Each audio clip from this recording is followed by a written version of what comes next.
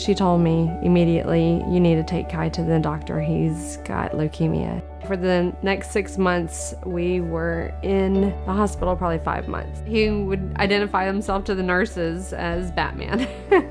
So he took that strength, that courage that Batman has, and he related it to himself. When Bruce Wayne was a boy, he saw his parents murdered before his eyes. In the belief that one person can make a difference, Bruce Wayne became the Batman. He became a legend. I am driven by those impressions that I formed as a 3-year-old, as a 4-year-old. And that was watching Batman and reading Batman comic books. He's able to take this tragedy and make it the source of his great power. This character is in the consciousness of so many people. Every kid who loved Batman, they'll tell you the same thing. He was human, that he had no superpowers. Every kid identified with him. They're stories, but they had a power that was much greater than the 4-color inks that made up the story. When we read his stories, when we see him in the movies, we see part of ourselves. Not only who we are, but who we could be.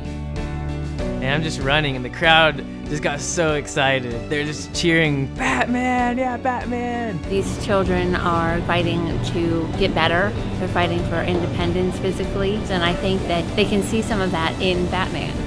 He lifted me up. So I originally thought he wanted it to be psychology of Batman. He says, no, no, no. Let's just call it Batman. Going through this class, it's given me a big point of self-reflection, on who I am and who I'm going to be. I was diagnosed with muscular dystrophy when I was 2.5.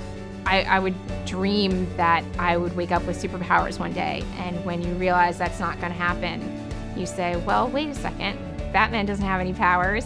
He does it just fine. Every single studio in Hollywood turned me down and said it was awful and said I was crazy. They said, Michael, you can't make serious comic book movies. It's not done. I brought comic books into sessions, and all these young people were so gravitated towards it. It helps people who aren't comfortable with therapy become comfortable with therapy. Kai's wish was to be in a Batman movie. There was no doubt in his mind that he was solving crime, that he was helping people, that he was making a difference. A person very often will get to the point they'll say, I've exhausted my potential. I can't do any more. There's nothing more I can do. But the lesson of the Batman, to me as a kid, was, you know what, you haven't even begun. What would Batman do if he had cancer?